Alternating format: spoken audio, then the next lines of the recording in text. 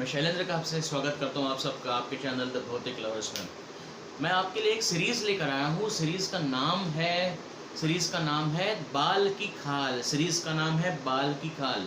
क्या होने वाला है इस सीरीज़ में, ज़रा समझने की कोशिश करते हैं। पहले बाल की खाल इस सीरीज़ में हम लोग करने वाले हैं ढेर सारे questions from beginning, from scratch to the ultimate level. ठीक है, आप जानते हैं सभी के फिजिक्स जब आप लोग पढ़ते हो तो सिचुएशन बेस्ड क्वेश्चंस आते हैं। चाहे आप जेई के लिए प्रिपेयर कर रहे हो, चाहे आप नीट के लिए प्रिपेयर कर रहे हो, चाहे मेंस, चाहे एडवांस के लिए प्रिपेयर कर रहे हो, या प्रिपेयर कर रहे हो इंटरनेशनल ओलंपियाड्स के लिए। हर एक केस में आप सभी जानते हैं कि फिजिक्स में सिचुएशन बेस्ड क्वेश्चंस बहुत सारे आते हैं। और अगर आप सिचुएशन को समझ पाए का मतलब क्या है, आपके पास नॉलेज है, आपके पास कंसेप्ट है, और अगर आप इस कंसेप्ट को इम्प्लीमेंट ही नहीं अगर कर सकते हैं तो इसका मतलब यह है कि कहीं ना कहीं आपको फिजिक्स में दिक्कत आ रही है इम्प्लीमेंटेशन बेस्ड। तो हम लोग इसी बेसिस के हिसाब से स्टार्ट कर रहे हैं। कौन सी सीरीज मैंने बताया था आपको, द बाल की खाल।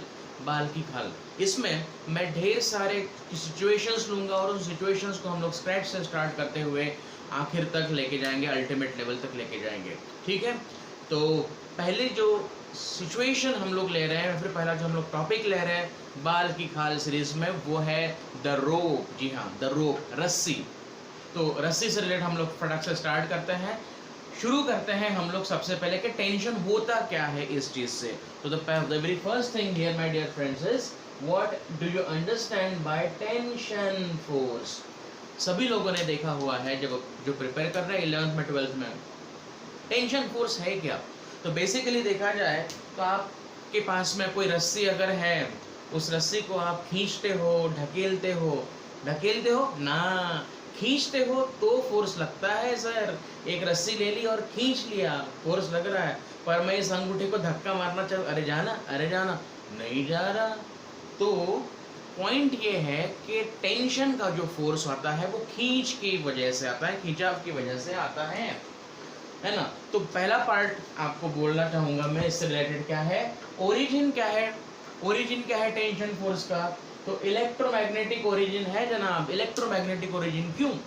आप जानते हैं कि जब रस्सी को खींचा जा रहा है, खींची जाएगी, पर जब ढकेलने की कोशिश करो पॉसिबल नहीं। व्हाई? तो basically it is acting like a spring.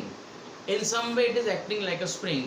कि जो मॉलिक्यूल्स जो रहेंगे, ढेर सारे मॉलिक्यूल्स हैं इसमें आपस में, जब आप एक जगह से खींचते हो तो सारे मॉलिक्यूल्स के बीच में की जो स्पेस है वो बढ़ जाती है। तो यहाँ कहीं ना कहीं मॉलिक्यूल जो बिहेव करता है वो स्प्रिंग की तरह बिहेव कर रहा है। और स्प्रिंग क्या करना चाहता है, स्प्रिंग अपनी ओरिजिनल लंबाई लाना चाहता है। इंटरमॉलिक्यूलर डिस्टेंस हमेशा ओरिजिन की तरफ, मीन पोजीशन की तरफ आने की कोशिश करता है। तो बेसिक क्राइटेरिया क्या है, चीज़ क्या है कि टेंशन फोर्स क्या हुआ, टेंशन फोर्स हुआ इलेक्ट्रोमैग्नेटिक ओरिजिन का, जो एक्ट होता है अलोंग द लाइन और जो हमेशा खींचाव वाला रहता है, यू नो। ठीक है, हम लोग एक मोटा मोटिव देख लेते हैं कि टेंशन की डायरेक्शन क्या होती है। जैसे मान लीजिए एक मासलेस रोप मैंने आपको दे दी, एक ब्लॉक, वजनदार ब्लॉक मैंने यहाँ पर लगा दिया और आपको बोल दिया कि बताओ यहाँ पर इस ब्लॉक को नीचे गिरने से कौन रोका। तो आप, सीधी सी बात है यार, mg का फोर्स नीचे है, तो धागे का फोर्स से धागा उसे नीचे गिरने से रोक रहा है। तो धागे का फोर्स आप क्या कहते हो, हमेशा खींचने वाला रहता है, बराबर है। तो पहला पार्ट उसमें सबसे बेसिक से स्टार्ट कर रहा हूँ, स्क्रैच से स्टार्ट कर रहा हूँ। क्या है धागे का फोर्स, किस दिशा में, क्या धागा ढकेलता है ना, क्या धागा खींचता है, हाँ, किस दिशा में धागा खींचेगा। देखो धागा दो जगह पर कनेक्टेड है, धागा, ये वाला धागा इस पॉइंट को खींच रहा है, ये धागा इस पॉइंट को खींच रहा है। That is the first thing. तो धागा हमेशा खींचने का काम करता है। मुझे ज़रा बता दीजिए फटाफट कि अगर सिचुएशन कुछ ऐसी आई आपके सामने तो कौन सा धागा कहाँ खींचेगा, कहाँ धक्का मारेगा। तो देखिए 1 2 3 4 जगह पर कांटेक्ट में है। ये रहा आपका धागा, ये रहा आपका object. The tension will always pull किया है, धागे ने पुल किया है। ये वाले पॉइंट को धागा खींचेगा, ये वाले पॉइंट को धागा खींचेगा। ये होता है आपका टेंशन टी, बराबर। ये आपने सब पढ़ा हुआ है। मीनवाइल आप लोगों ने ये देखा था कि 2 प्रकार के धागे होते हैं कि कौन से मासलेस हम कंसिडर करते हैं और मास वाला कंसिडर करते हैं। ठीक है, मासलेस में कोई दिक्कत आती नहीं है खास, क्योंकि मासलेस है तो कोई प्रॉब्लम ही नहीं कि हर जगह पर टेंशन जो है वो सेम रहेगा। पर दिक्कत कहाँ आती है?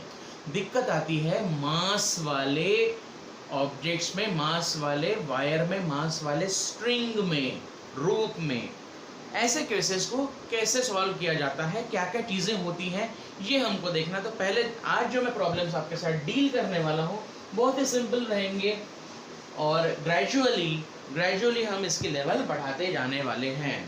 तो चलो, आपने देखा हुआ मंकी वालों को, या फिर मान के चलिए कि एक बिल्डिंग है और गलती से बेचारा कोई एक XYZ इंसान नीचे गिरने वाला था, पर किसी तरीके से उसने खुद को पकड़ लिया कस के। अब उसको बचाने के लिए दूसरा गया, पर साला उसको बचाने के बजाय वो खुद भी लटक गया दूसरे से। ओहो।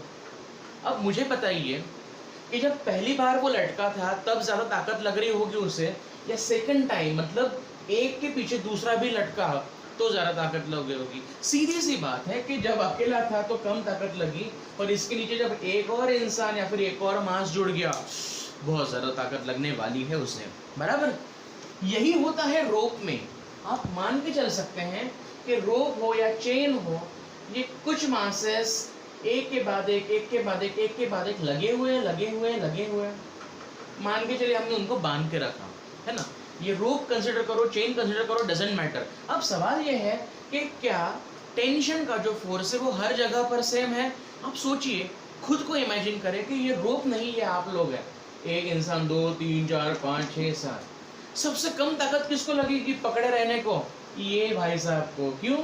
क्योंकि इनके नीचे कोई नहीं है, धरती माता खींच रही है, पर सिर्फ इसको, तो इसको कोई प्रॉब्लम नहीं। पर ये सोचो, जब ये वाला बंदा कंसिडर करोगे, ये बंदा इसके पैर पकड़ के, अरे भाई पकड़ ले, छोड़ना मत, तो इसे ये सब लोग पकड़ के हैं, मतलब ये जो पकड़ के रहेगा ये इनके फोर्सेस को पकड़ के रहने वाला है ना। तो डेफिनेटली यहाँ पर ज़्यादा फोर्स लगने वाला है, टेंशन ज़्यादा है। तो आप देख सकते हो कि जैसे जैसे आप ऊपर जाओगे वैसे वैसे टेंशन धागे का बढ़ जाता है। बराबर है? Very simple thing. Now I just want to talk about the stuff today regarding कि अगर आपको कोई मास वाली रोप दी है, लेट अस से एक रोप दी है आपको जिसका मास है m, जिसकी लेंथ है l, ओके, मास m है और लेंथ l है, और मैंने आपको बोल दिया कि find the value of tension as a function of time. Very simple thing, very simple question. मैंने आपको सवाल क्या पूछा? मैंने आपको सवाल पूछा कि समय के साथ नहीं, पोजीशन के साथ कैसे कैसे टेंशन बदलते जाएगा। सिंपल सवाल। Now you know the concept very well. What is the concept? कि फोर्सेस इंप्लीमेंट करना तो FBD यूज करो। Okay, now think about it. क्या यहाँ पर नेट फोर्स 0 है? हाँ, क्योंकि ये लटकी हुई है और जगह पर है, तो नेट फोर्स इस पे 0 हुआ। ओके भाई साहब। So now if I wish to find out tension at any XYZ location, तो मैं लोकेशन ढूंढ लूँ। मान के चलते हैं कि मैं इसे ओरिजिन मान लूँ, और ये डिस्टेंस ले लो भैया y, ये डिस्टेंस है y, टोटल लेंथ l है, ये डिस्टेंस y है, तो ये डिस्टेंस कितना? l minus y। Okay, mass is m and lambda is the mass per unit length, lambda mass per unit length. ठीक है, लीनियर डेंसिटी। क्या आप बता सकते हैं कि इस बंदे पे टेंशन कितना होगा? सोचिए कैसे किया जाए, पुरानी चीजें इंप्लीमेंट करिए कि अगर मैं किसी चीज पे टेंशन देखना चाहता हूँ, फोर्सेस देखना चाहता हूँ, उसका FBD बना लो सिस्टम कंसिडर करके। मैं किसे सिस्टम कंसिडर करूँ?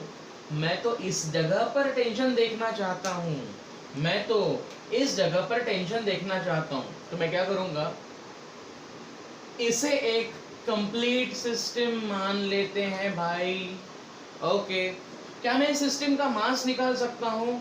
मास of this system must be equal to density into length. Density है लैम्डा, लेंथ है l minus y. Okay, no problem. अब मैं इस पे फोर्सेस निकालना चाहता हूँ। कौन से फोर्सेस होंगे? धरती माता नीचे पुकारे, क्या फोर्स के साथ?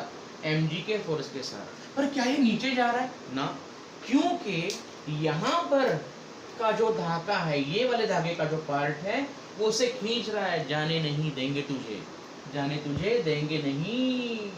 Tension T, T M G. मुझे क्या चाहिए था, इस जगह का टेंशन टी, क्या मुझे मिल जाएगा? बिल्कुल, कोई बड़ी बात नहीं। सो मुझे जो टेंशन मिला वो मिला m इंटू जी, और m इंटू जी यानी lambda L minus y into g, as simple as that, not a big deal, ठीक है। सो आप कह सकते हो कि tension as a function of position is given by lambda L minus y into g, ये था tension. Now this is the thing, अगर मैंने आपसे कुछ छुटुक पुटुक सवाल पूछे, जैसे कि बताइए कि सबसे कम टेंशन कहाँ होगा और सबसे ज्यादा टेंशन क्या होगा, तो गणित को फिजिक्स की भाषा में बोलने की कोशिश करिए। ये वैल्यू सबसे कम तब होगी जब ये सबसे कम होगी, और ये सबसे कम कब और कितनी। मान लो कि मैंने अगर y is equal to L बोल दिया तो 0 हो गया, यानी सबसे कम टेंशन कहाँ हुआ, यहाँ। तो ये जो पॉइंट है ये है क्या, टी मिनिमम, मिनिमम टेंशन वाला पॉइंट है। वैसे ही भैया मैक्सिमम टेंशन कब होगा, जब ये वैल्यू सबसे बड़ी होगी, और ये वैल्यू सबसे बड़ी कब होगी, जब y की वैल्यू शून्य होने वाली है। तो y की वैल्यू जब शून्य होगी, यहाँ पर आपको मैक्सिमम टेंशन मिलेगा, T मैक्स मिलेगा, ठीक। That was the first thing. Second thing, अगर मैंने आपको इस सिचुएशन को बोला, इस सिचुएशन में मैंने आपको कहा कि अब एक काम करते हैं, हम लोग धागे को, रोप को मूव करते हैं, एक्सीलरेट करते हैं, ठीक है।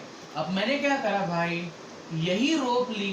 सोचो मैं कैसे बोल रहा हूँ, सिचुएशंस के हिसाब से सोचो, क्या क्या सिचुएशंस बोली जा सकती हैं।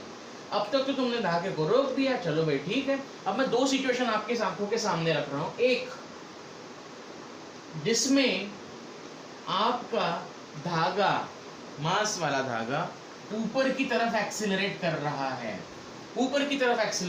ठीक है। और दूसरी सिचुएशन जिसमें आपका जो धागा है वो साइडवेज में एक्सीलरेट कर रहा है। अब मैंने आपसे पूछा, मैं आपसे पूछना चाहता हूँ कि इस केस में और इस केस में टेंशन की वैल्यू पोजीशन के साथ साथ कैसे बदलेगी, जरा बताने की कोशिश करिए। Now how to implement, how will you implement? Very simple. क्या ये ऑब्जेक्ट एक्सीलरेटेड फ्रेम में है? खुद से सवाल पूछते हैं, हाँ सर एक्सीलरेटेड फ्रेम में है। तो मैं इसे सूडो फोर्स के तरीके से सॉल्व कर सकता हूँ, बिल्कुल कर सकता हूँ। The thing is what, pseudo forces के तरीके से जब आपको सॉल्व करना होता है तो बेसिक कंडीशन क्या होती है कि जिस पे तुम बैठे हो, ऑब्जर्वर बैठा है, क्या वो एक्सेलरेट कर रहा है? अगर हाँ, तो तुम सूडो फोर्सेस का तरीका लगा सकते हो। तो एक काम करते हैं भाई, यहाँ पर सीसीटीवी कैमरा लगा देते हैं। अच्छा, मेरी पैनी नजर तुम पे है, ये लगा दिया मैंने सीसीटीवी कैमरा इस पे। अब देखो क्या बोला, इस सीसीटीवी कैमरा के हिसाब से इस पे फोर्सेस कौन से हैं? तो at any position I am talking about, ठीक है, मैं किसी भी पोजीशन की बात कर रहा हूँ। तो मैंने रैंडमली ये पोजीशन y ले ली, पिछले एग्जांपल की तरह ही, ठीक है। अब इस पोजीशन पे मुझे टेंशन देखना है, मैंने कौन सी बॉडी को सिस्टम मानना चाहिए? इसको सिस्टम मानो। बताओ कौन से फोर्सेस? इस पे mg फोर्स नीचे, mg मतलब कितना, पहले की तरह lambda into L minus y into g. Okay, क्या टेंशन फोर्स ऊपर लिया जाए? बिल्कुल बेशक टेंशन फोर्स ऊपर लिया जाए। इन सब के अलावा ये एक्सीलरेटेड फ्रेम में है, नॉन इनर्शियल फ्रेम में है, जिसकी वजह से एक कौन सा सूडो फोर्स लगेगा। यस, सूडो फोर्स ऊपर के नीचे, जहां पर एक्सीलरेशन हो एक्चुअल उसके नीचे में लगेगा। तो यहाँ पर सूडो फोर्स एक्स्ट्रा का लगता है, और वो कितना? m इंटू ए के बराबर। ओके, सीसीटीवी या कैमरा के हिसाब से क्या ये रूप ऊपर या नीचे जा रही है? सोचिए कि आप लिफ्ट में है और लिफ्ट में वो लिफ्ट भले ही ऊपर या नीचे जा रही हो, पर आपको क्या लगता है लिफ्ट तो सारी जगह पर ही है। सेम केस यहाँ पर है कि यहाँ पर सीसीटीवी के हिसाब से जगह पर ही रोप है। तो as per this rope observer, what is the acceleration? a dash 0, ठीक है। So therefore what is the net force? आप कह सकते हो कि भाई P is equal to m common a plus g हो गया। अच्छा, so tension as a function of position क्या मिलेगा मेरे दोस्तों? वो मिलेगा lambda L minus y into g effective. आप समझ में आ रहा है आपको, ये है जी इफेक्टिव, इफेक्टिव एक्सेलरेशन है। इस प्रकार से आप टेंशन निकाल सकते हो। अब सेम चीज इंप्लीमेंट कर दो यहाँ पर। यहाँ पर तो फोर्सेस दो थे आपके पास, इसलिए आपने नेट एक्सेलरेशन निकाला। यहाँ पर यूं इंप्लीमेंट हो जाएगा। आप देखो, सबसे पहले मुझे क्या करना है कि इस पे नेट एक्सेलरेशन जी इफेक्टिव क्या है वो ढूंढ लो। अच्छा, अब देखो कैसे करेंगे। इस पूरी रोप पे एट एनी पॉइंट, ठीक है, मैं डायरेक्ट कर रहा हूँ, वाई पोजीशन ये रही, मुझे देखना है कि इस भाई साहब पे टेंशन कितना है। मैंने इस सिस्टम को मास लिया, इस सिस्टम का मास लिया, तो बता सकते हैं जी इफेक्टिव यहाँ पर क्या होगा। हाँ देखो, इस केस में एक्सीलरेशन जी, यहाँ पर एक्चुअल जी नीचे और सूडो फोर्स वाला ए वो भी नीचे है, इसलिए जी प्लस ए। इधर में देखो एक्चुअल एक्सीलरेशन कहाँ है भाई, ग्रेविटी का जी नीचे। अगर नेट एक्चुअल एक्सीलरेशन यहाँ पर है तो सूडो एक्सीलरेशन या फिर सूडो फोर्स कहाँ होगा, अपोजिट में होना चाहिए सर। तो इफेक्टिव एक्सीलरेशन कितना होगा बता सकते हो, बिल्कुल बता सकते हैं। कितना, under root of a square plus g square. और इसीलिए अगर मैंने आपको बोला कि यहाँ पर tension as a function of position क्या है बताओ, तो कितनी हो जाएगी, lambda L minus y into g effective, यानी कि under root of a square plus g square. ठीक, ये था आर्ट्स से रिलेटेड। इन सवालों को बार बार करके देखिए, वैसे देखा जाए तो कुछ खास था नहीं, आपने बहुत सारी चीज़ इसमें की हुई है। ठीक है, तो मिलते हैं अगले सेशन में। अगले सेशन में हम लोग इसके आगे चलेंगे, तब तक रुक जाते हैं। Have a good day all, bye.